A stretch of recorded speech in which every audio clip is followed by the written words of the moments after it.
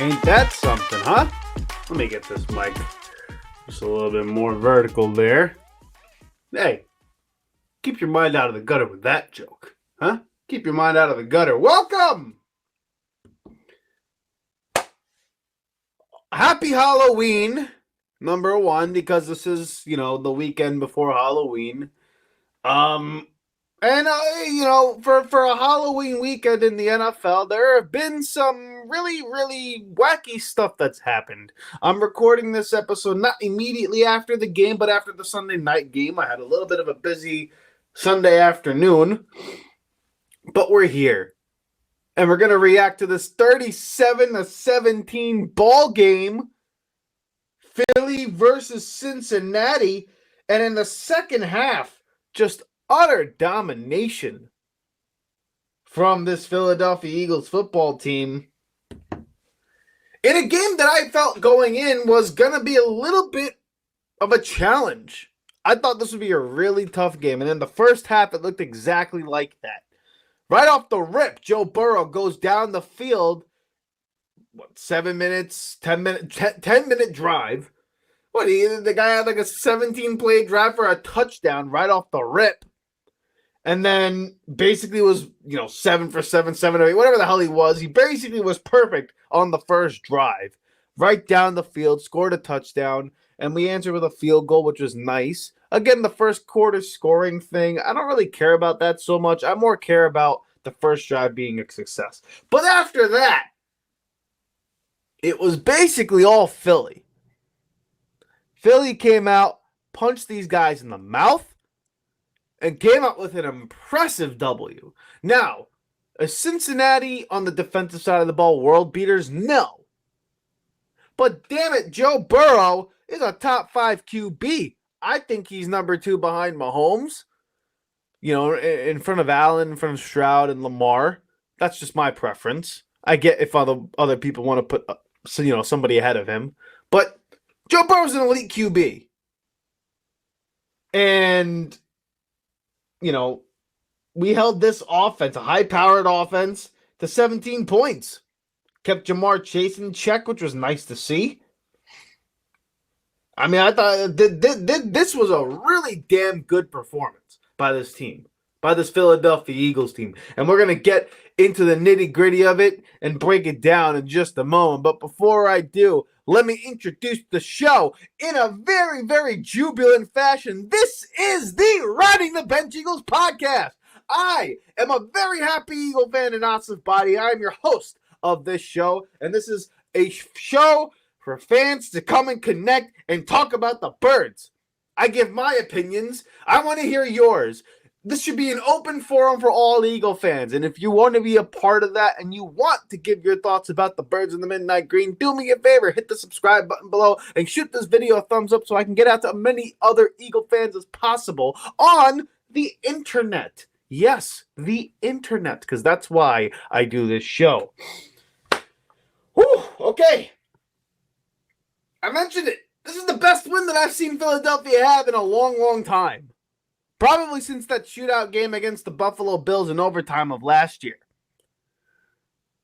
This team today, if you can replicate this kind of performance, you're going to win a lot of football games. The defense looked really good, stopped the run very well, played the pass just fine. Jalen Hurts, another clean football game, was responsible for 4 touchdowns, 3 on the ground, 1 through the air, 16 of 20, 236 yards, 132 pass rating. And again, no fumbles, no turnovers. Saquon Barkley broke the century mark with 108 yards. And then Devonta Smith and A.J. Brown got theirs, along with Calcaterra. It's a clean game. Clean operation here. Now, it's 3 games in a row that we're seeing Jalen Hurts have no turnovers, move the offense relatively well in terms of just keeping the game clean. You're going to win a lot of ball games when you do that because Philadelphia can run the ball. And when we score, this defense with a lead plays a hell of a lot different than it does when it's down. And the past 3 weeks, albeit against the Giants, the Browns, looked really, really damn good. And today, against a high-powered offense, they showed that the past 2 weeks is not necessarily a fluke. Really damn good performance today. Nakobe Dean looked really good. I've been hard on him all offseason. I thought he sucked. He looks like he could really, really play. At least he's good in the run, going downhill, going at blitzes, shooting gaps. He's good like that. Can't cover, but that's, it's not the greatest thing in the world, but we'll take it for where he's at right now. Zach Bond had another 12 tackles today. Blankenship, consistent as always. Cooper DeJean looks really damn good, doesn't he? I was surprised by how good he's looked these past 3 weeks. Quinyon Mitchell is a stud as always. I thought he looks like just a fine ball player. But holy crap, Cooper DeJean, wow. What a difference he is from Avonte Maddox and what he is playing like that in the slot. He's fast, athletic, tackles well, doesn't look lost out there. He just looks like a game, like he is wrecking games. Really making a lot of plays out there. He looks like he truly belongs, which is nice to see. Nolan Smith got on the board with half a sack, which was nice to see. Milton Williams, same deal. Okay. Again, like we're seeing this defense now put together games where you're realizing, like, hey, there's something to this here. It's a top 10 ranked unit on the defensive side of the ball in terms of yardage. Vic Fangio has really got these guys playing hard. Again, we're not playing the greatest offenses just yet, but a few of them that we've played, we've held them in check. Cincinnati, we've held them in check. You played the Saints when they were on their hot streak, held them to 12 points. Looked pretty impressive. You did enough against the Packers in week 1 to stop them. And, Atlanta, you held them to 22 points. Yes, the last drive was terrible, but all in all, much better than what this defense was even just last year. Okay? So that's a nice positive sign. And you have to give kudos where kudos is deserved. Kudos to the coaching staff, Howie Roseman. It seems like this defense is coming together. And to me, that's the biggest takeaway for me in this game. But I would be remiss to not mention Jalen Hurts in this offense because there's been a lot of noise these past few weeks, a lot of it from me and a lot of it from other Eagle channels out there that have been questioning Jalen Hurts and his ability to lead this team, whether or not he can get back to form like he was in 2022. Now, I don't think we're going to see that player again because he was virtually perfect that year. But what we can see is what we saw today, a guy who can run an offense efficiently with clean operation and decisive decision-making. I thought he played really, really spectacular today, okay? Was decisive on the run, made good clutch throws, read the defense well for the most part. That is the type of growth you want to see from a guy like Jalen Hurts. He puts the work in, and it's nice to see that he's looking over the middle of the field, throwing some routes down there, working the middle there. You see, he recognizes one-on-one, puts it up when he has to for guys like A.J. Brown, and a sensational catch by Devonta Smith in the back of the end zone there, right? This is good football, okay? It's not elite. It's not super great. I don't necessarily need that from my quarterback. This is good, clean football, especially when you can run the ball with Saquon Barkley the way that we're doing in Philadelphia here. And a lot of pundits are saying, like, oh, this is not going to win you a Super Bowl, yada, yada, yada. Right now, you can't look at it that way. Right now, you got to look at this as a building block. And the past 3 weeks, like I said, no turnovers. And even last week, we threw it, 16 times or something like that? 14 times, 10-14 he went against the Giants, and we won 28-3. Today, he throws it 20 times against the Bengals, and we win 34-17. Or 37-17, So, there seems to be a correlation, in my opinion, with the amount of times we run the ball versus how we throw it. If you're getting 55 plays a game and 30 of those are running plays and then the rest are passing, I can live with that ratio. I can live with that balance in attack, okay? And I know people are going to be like, oh, you're not going to win a Super Bowl when you're throwing it the way Jalen Hurts does 20 times. It's just not what you do. You got to throw the ball all over the yard. But then those are also the same people, okay? The people who criticize Jalen Hurts for being too pass happy, this Eagles offense for being too pass happy, are the same people who get upset when we're not running the ball, when we're not controlling the clock. So, in some ways, it's looking like you're never going to make these people happy, okay? And these are prominent voices in Eagles community. Now, I am not saying this team and this offense is ready to take off and make a Super Bowl run. No, I don't think we're the team to beat in the NFC at the moment. I still think there's a lot of things that we have to fix and a lot of things we got to work on going forward. But this idea that Jalen Hurts can't progress as the season goes on, the way he's done from week 1 to now, okay? You're telling me he's not going to be able to get a better handle on this offense and look a little bit more proficient and prolific as a unit here? I think it's a little disingenuous. It's not honest from pundits who are critical of Jalen Hurts to not say, you know what, at least week by week, there's something he gets better at. He's gotten better at picking up blitzes this season. He's done a really good job checking at the line, the autonomy that he wants in this offense. While, yes, it's simplistic in its design and the way that they call their offensive plays, it's simple, yes, and maybe in that sense you could be critical of Jalen Hurts. It's been effective the past 3 weeks. Because the biggest thing we want from him is not to turn the ball over first and foremost. And when he is back there, make your decisions quickly. I think he did that today against the Bengals pretty nicely. It wasn't like any egregious missed throws or anything like that. And then lastly, when you need to run the ball, stick your foot in the ground and go upfield. And he's been doing that as of late. And when you got a guy like Jalen Hurts, who on an athleticism level compared to other players in the NFL is really, really high on the list, you can use that as an asset, okay? Now, I'm not looking for him to take big hits all the time. He's learning how to slide, going out of bounds. Most of those runs are tush pushes, which is, it is what it is. You get the score, get the first downs. I get it. But he's been very, very good with decision-making, at least in terms of being able to take, non-lethal hits and not turning the ball over. And to me, that's the most important growth in a quarterback. Because now that looks a little bit more, because that sort of thing is sustainable.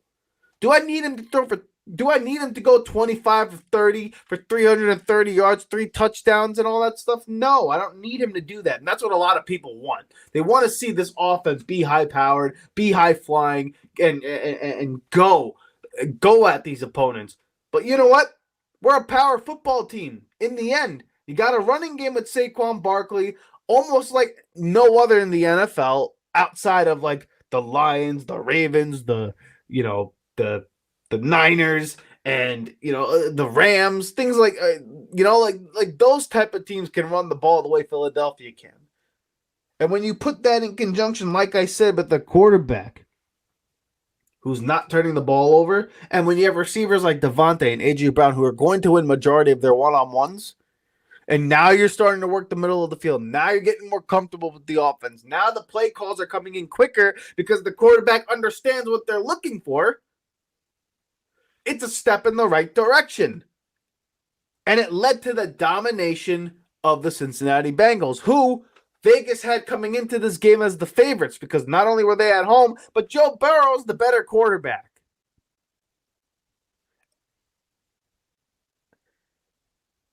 It's a really damn good sign. It's a good performance by this football team. And this defense, like I said before, is getting better and better every week. And it's impressing me every week now because now we're starting to see some things that just look like it's sustainable going forward. I'm almost more excited about this defense than I am about the offense. Like the offense, I feel if you can score 25 a game in the NFL, you're a damn good offense. You're going to be a top 10 unit. Now, are we a top 5 unit on offense? Talent-wise, yes. Prolific-wise and numbers-wise and execution-wise, no. We're not there yet. But the noise about this offense and about Jalen Hurts just not being able to function and them looking like they're going to be incompetent going forward because of Jalen Hurts, I think as of right now, that talk can start to slow down a bit. And you can kind of look forward towards the end of the season and say to yourself, hey, there's a path here that if we played the type of football we're playing and get better every week, all you need to do is get hot at the right time. Okay? You get hot at the right time in the NFL, you could cause a lot of problems. Look what the Packers did last season. They got hot at the right time, went into the playoffs, knocked off the Cowboys, and you know, they really played San Francisco hard to the last second. Philadelphia, you're telling me they don't have the talent to do the same thing? I don't know. But this is a really, really encouraging sign. And I would love to hear what other fans think in the comment section below, because I'm excited about this team for the first time in a long time. First time in about a year and a half, I'm really, really excited to see what this team can do going forward. We have a lot of tougher division games coming up here. You know, now the NFC East division title is going to be up for grabs here because Washington stole a victory against the Chicago Bears. Dallas is falling back. They lost to the Niners, right? The Giants are the Giants, unfortunately for them. And now you gotta win the division here. Now you gotta fight for the division and really start to string some games together here. And you got the part of the stretch of your season where now it's time to start putting together some good football. The bye week is passed. Now it's just pure football at this point. And I am just really, really looking forward to seeing what this team can do going forward. Kudos to Jalen. Kudos to Vic Fangio and this defense. And you know what? Kudos to Nick Sirianni, too. He deserves his flowers along with Kellen Moore and Howie Roseman, because while they weren't necessarily preaching us patience, for the first time in some time now, the thing we have to grant this organization and this football team this year is patience. And it's well-deserved. Hey, thank you so much for watching the Riding the Bench Eagles podcast. If you want to continue to support the channel, please hit the like and subscribe button down below. Also, check us out on Instagram and TikTok at Riding the Bench Eagles Pod. We're also on Apple Podcasts, Spotify, iHeartRadio, you name it, we're on there. Thank you so much for listening, and please join us next time here at the Riding the Bench Eagles podcast.